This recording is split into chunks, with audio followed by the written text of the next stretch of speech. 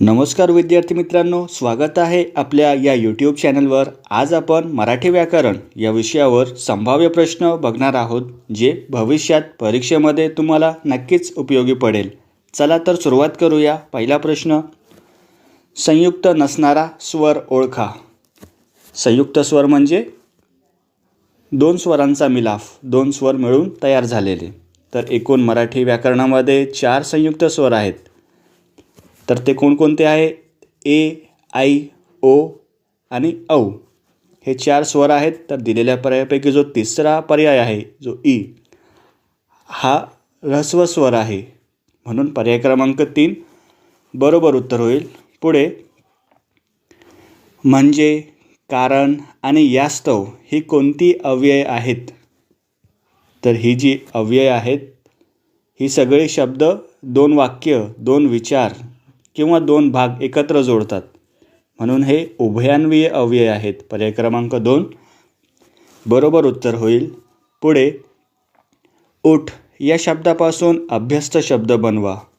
अभ्यस्त शब्द अर्थात दुप्पट करणे, एका शब्दाची किंवा अक्षराची पुनरावृत्ती होते। तर उठ या शब्दापासून जे पुनरावृत्ती झालेले शब्द आहेत, दुप्पट झालेले शब्द आहेत, ते आहेत उठसूट। पर्याय क्रमांक 2 बरोबर उत्तर होईल। पुढे, खालीलपैकी कोणते वाक्य कर्तरी प्रयोगाचे आहेत?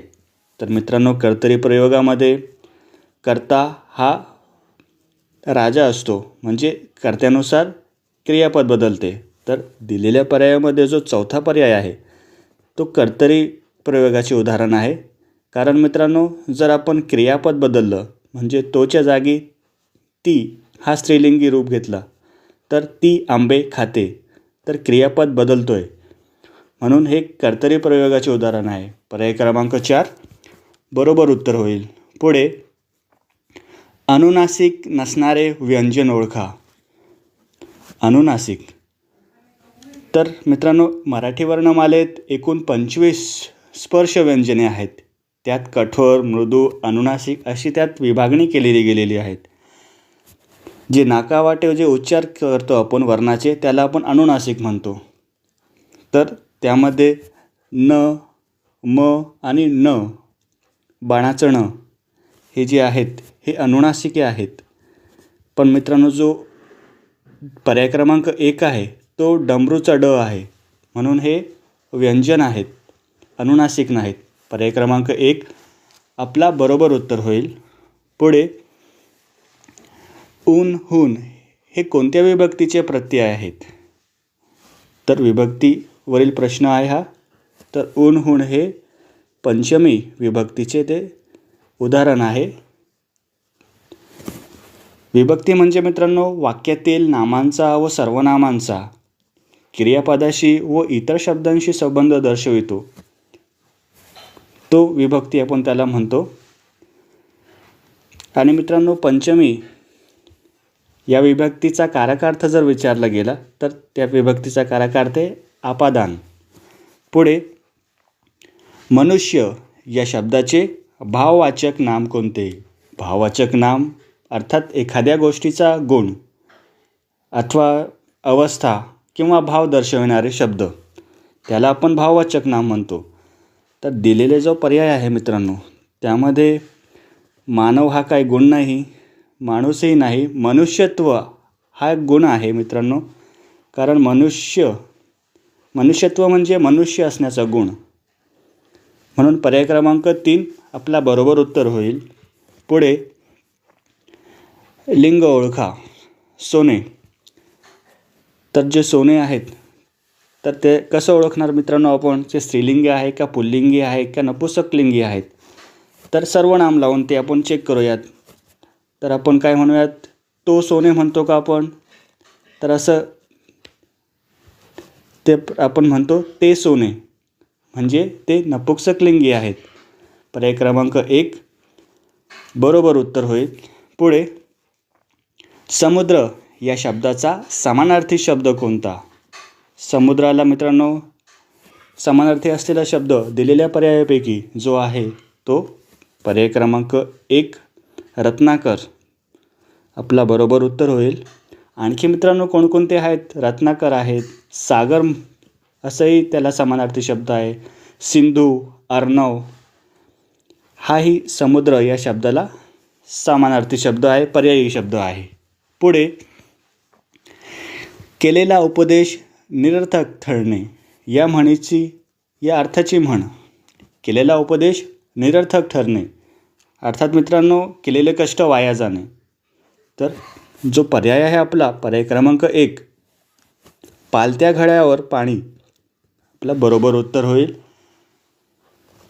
कारण मित्रांनो ज्या व्यक्तीला उपदेश केला जातो पण ती व्यक्ती ऐकत नाही किंवा त्याचा उपयोग होत नाही तर त्यावेळेस आपण म्हणतो केलेला उपदेश निरर्थक ठरणे, वाया जाणे, वेस्ट होणे.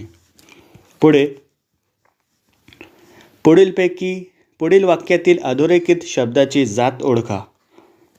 तर आपल्याला 2 वाक्ये दिलेली आहेत जे अधोरेखित आहेत त्याचं आपल्याला जात ओळखायची आहेत. तर आपण एक एक वाक्य बघूयात. पंकज लांब दोरी आणायला गेला. तर मित्रांनो इथे जो लांब आहे तो दोरीविषयी एक विशेष बाब सांगत आहे तर तो झाला आहे विशेषण. आणि दुसऱ्या वाक्यामध्ये पंकज दोरी आणायला लांब गेला. तर इथे लांब हा शब्द जो वापरला गेलेला आहे तो दूर जाण्यासाठी वापरला गेलेला आहे, क्रियाशी संबंधित आहे म्हणून हे क्रियाविशेषण झालेलं आहे. पण पर्याय क्रमांक 1 बरोबर उत्तर होईल. विशेषण पहिला वाक्य जो आहे तो विशेषण आहेत लांब आणि दुसऱ्या वाक्यात जो लांब हा शब्द वापरलेला आहे तो क्रियाविशेषण आहे. पुढे गिरी अधिक ईश आपल्याला हे संधी करायची आहे. तर मित्रांनो इथे काय होईल याचा कोणता शब्द तयार होईल? गिरी अधिक ईश.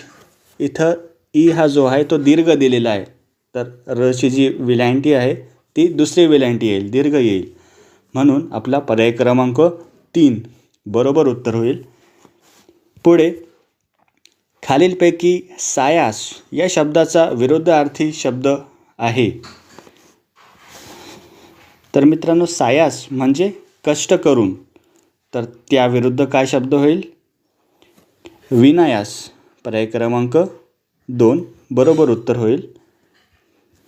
पुढे खालीलपैकी हात या शब्दाचा समानार्थी शब्द नाही. हात या शब्दाचा समानार्थी नाही विचारलेला आहे मित्रांनो. तर हाताला कोणकोणते समानार्थी शब्द आहेत? तर करही म्हणतो आपण हाताला, पाणीही म्हणतो आणि हस्तांदोलनाचा हस्त. परंतु मित्रांनो पद हे म्हणत नाही आपण. पद म्हणजे पाय, चरण म्हणून पद हे हाताचे समानार्थी शब्द नाही. पुढे नपुंसकलिंगी नसलेला शब्द ओळखा. जे स्त्रीलिंगीही नाही आणि पुल्लिंगी नाही असा शब्द दिलेल्या पर्यायापैकी कोणता आहे? तर आपण झाडाला तो झाड म्हणतो आपण, पुल्लिंगी झालं आहे. वासरूला ते वासरू, फडकेला ते फडके आणि पगडीला मात्र मित्रांनो आपण ती पगडी म्हणतो आपण, म्हणजे हे स्त्रीलिंगी झालेलं आहे. म्हणजे पर्याय क्रमांक 4 आपला बरोबर उत्तर होईल. पुढे खालील शब्दसमूहासाठी योग्य शब्द निवडा. शब्दसमूहासाठी म्हणजे एक शब्द या वाक्यासाठी अधांतरी लोंबकळणारा. तर मित्रांनो काय अर्थ होईल त्याचा? अधांतरी लोंबकळणारा म्हणजे नावर ना खाली, मध्येच अडकलेला, जो स्वर्गातून खाली फेकला गेला पण पृथ्वीवरही पोहोचू शकला नाही असा. तर त्याला आपण म्हणतो त्रिशंकू. पर्याय क्रमांक 4 बरोबर उत्तर होईल. पुढे लक्ष्मीकांत या सामासिक शब्दाचा विग्रह करा. समास या शब्दावर आधारित प्रश्न आहे मित्रांनो. लक्ष्मीकांत तर त्याचा आपल्याला कसं विग्रह करता येईल, कशी फोड करता येईल त्याची? तर लक्ष्मी आहे कांता ज्याची तो. पर्याय क्रमांक 2 बरोबर उत्तर होईल. मित्रांनो हे तत्पुरुष समासाचे उदाहरण आहेत. तत्पुरुष समासामध्ये दुसरे पद महत्त्वाचे असते. पुढे तू आता काही लहान नाहीस यासाठी होकारार्थी पर्याय निवडा. तर मित्रांनो, आपल्याला हे नकारार्थी वाक्य आहे, होकारार्थीमध्ये कन्वर्ट करायचे आहेत. पण मित्रांनो, इथे काय अट असते होकारार्थी करण्यामध्ये, तर त्या वाक्याचा अर्थ बदलला नाही गेला पाहिजे. तर दिलेला जो पर्याय आहे त्यामध्ये पर्याय क्रमांक 3 आहे, तू आता मोठा झाला आहेस, अर्थात तू आता काही लहान नाहीस. म्हणजे आपला अर्थही नाही बदलला आणि होकारार्थी तो वाक्य झालेला आहे, म्हणून पर्याय क्रमांक 3 बरोबर उत्तर होईल. पुढे अबब हा शब्द खालीलपैकी कोणत्या प्रकारचा आहे? तर हा उद्गारार्थी शब्द आहे मित्रांनो.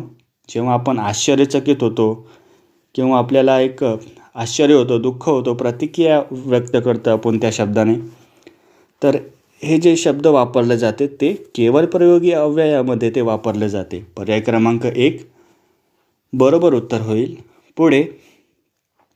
पुढील शब्दापासून विशेषण तयार करा. विशेषण म्हणजे विशेष बाब, त्या शब्दाचा वापर करून. शास्त्र, तर मित्रांनो शास्त्राला कसं आपण विशेष बाब म्हणून तयार करता येईल, तर शास्त्रीय ज्ञान, शास्त्रीय संगीत म्हणजे ते विशेषण झालं, शास्त्रीय हा शब्द, म्हणून पर्याय क्रमांक 3 बरोबर उत्तर होईल. पुढे सर्वांनी शांत बसा या वाक्याचा प्रकार ओळखा. तर मित्रांनो, सर्वांनी शांत बसा हे आज्ञा दिल्याचं इथं कार्य होत आहे, म्हणून आज्ञार्थी. पर्याय क्रमांक 4 बरोबर उत्तर होईल. पुढे योग्य शब्द ओळखा. हरणाचे पिल्लू, तर हरणाचे पिल्लाला काय मित्रांनो शब्द आहे, तर हरणाचे पिल्लाला आपण म्हणतो पाडस. पर्याय क्रमांक 3 बरोबर उत्तर होईल. जसं गाईचे वासरू आहे, डुकराचे वगार म्हणतो आपण त्याच्या पिल्लाला, आणि करडू हे शेळीचे पिल्लाला आपण करडू म्हणतो, म्हणून हरणाचे पिल्लू हे पाडस हे आपला बरोबर उत्तर होईल. पुढे शुद्ध शब्द ओळखा. उत्स्फूर्त असा शब्द आहे मित्रांनो, त्यामध्ये त अर्धा, स अर्धा आणि फला दुसरा उकार आहे, म्हणून पर्याय क्रमांक 1 बरोबर उत्तर होईल. मित्रांनो, उत्स्फूर्तचा अर्थ काय असेल, तर अचानक काहीतरी घडणे, नियोजन किंवा पूर्वतयारी केल्याशिवाय ते घडणे, त्याला आपण म्हणतो उत्स्फूर्त.